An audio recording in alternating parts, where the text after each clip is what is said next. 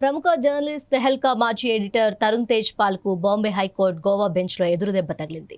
తన జూనియర్ సహోద్యోగిపై అత్యాచారం కేసులో ట్రయల్ కోర్టు ఇచ్చిన నిర్దోషి తీర్పును హైకోర్టు కొట్టివేసింది. తేజ్ పాల్ ను దోషిగా నిర్ధారిస్తూ కీలక తీర్పు వెలువరించింది. 10 ఏళ్ల జైలు శిక్షతో పాటు 5 లక్షల రూపాయల జరిమానాను విధించింది. 2013 నవంబర్లో గోవాలో జరిగిన థింక్ ఫెస్ట్ కార్యక్రమం సందర్భంగా ఓ హోటల్ లిఫ్ట్లో తనపై లైంగిక దాడి జరిగిందంటూ మహిళా జర్నలిస్ట్ ఫిర్యాదు చేయడంతో తేజ్ పాల్ పై కేసు నమోదైంది. ఆ సమయంలో ఆయన ముందస్తు బెయిల్ కోసం దరఖాస్తు చేసుకోగా కోర్టు తిరస్కరించింది. దీంతో గోవా క్రైమ్ బ్రాంచ్ పోలీసులు ఆయన అరెస్ట్ చేశారు. అనంతరం ఆయనకు రెగ్యులర్ బెయిల్ మంజూరైంది. ఈ కేసులో 2014లో పోలీసులు ఛార్జ్షీట్ దాఖలు చేశారు. 2017లో గోవాలోని మపుసా కోర్టులో విచారణ ప్రారంభమైంది. 2021 మేలో కోర్టు తేజ్ పాల్ ను నిర్దోషిగా ప్రకటించింది.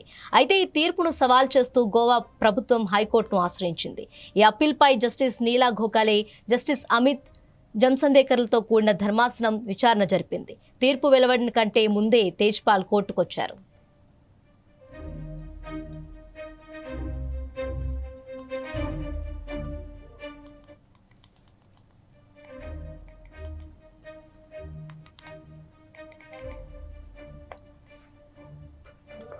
రాష్ట్ర ప్రభుత్వం తరపున సొలిసిటరీ జనరల్ తుషార్ మెహతా వాదనలు వినిపించారు. లైంగిక దాడి బాధితురాలు ఎలా ప్రవర్తించాలనే ముందస్తు అభిప్రాయాలతో ట్రయల్ కోర్టు తీర్పు ఇచ్చిందని ఆయన వాదించారు. ప్రతి బాధితురాలి స్పందన ఒకేలా ఉండదని, వ్యక్తిగత పరిస్థితులు, సామాజిక నేపథ్యం, వ్యక్తిత్వం వంటి అంశాలు ఆధారంగా మారుతుందని పేర్కొన్నారు. ట్రయల్ కోర్టు తన తీర్పులో బాధితురాలు లైంగిక దాడి అనంతరం సాధారణంగా కనిపించే ప్రవర్తనను ప్రదర్శించలేదని వ్యాఖ్యానించింది. దీనిపై అభ్యంతరం వ్యక్తం చేసిన తుషార్ మెహతా బాధితుల ప్రవర్తనను ఒకే కొలమానంతో అంచనా వేయలేమని తెలిపారు. ఇటు తేజ్ పాల్ తరపున సీనియర్ న్యాయవాది అబద్ పోండా వాదనలు వినిపించారు.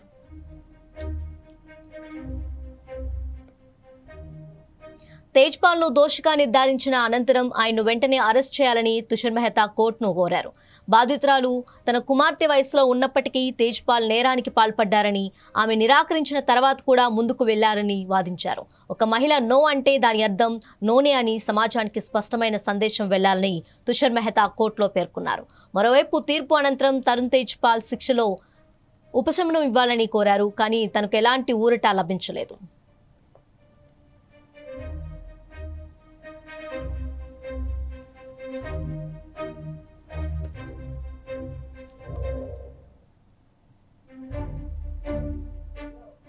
తెహల్కా భారత జర్నలిజం చరిత్రలో సంచలనాత్మక దర్యాప్తు కథనాలకు పేరుగాంచిన ప్రముఖ వార్తా మ్యాగజైన్.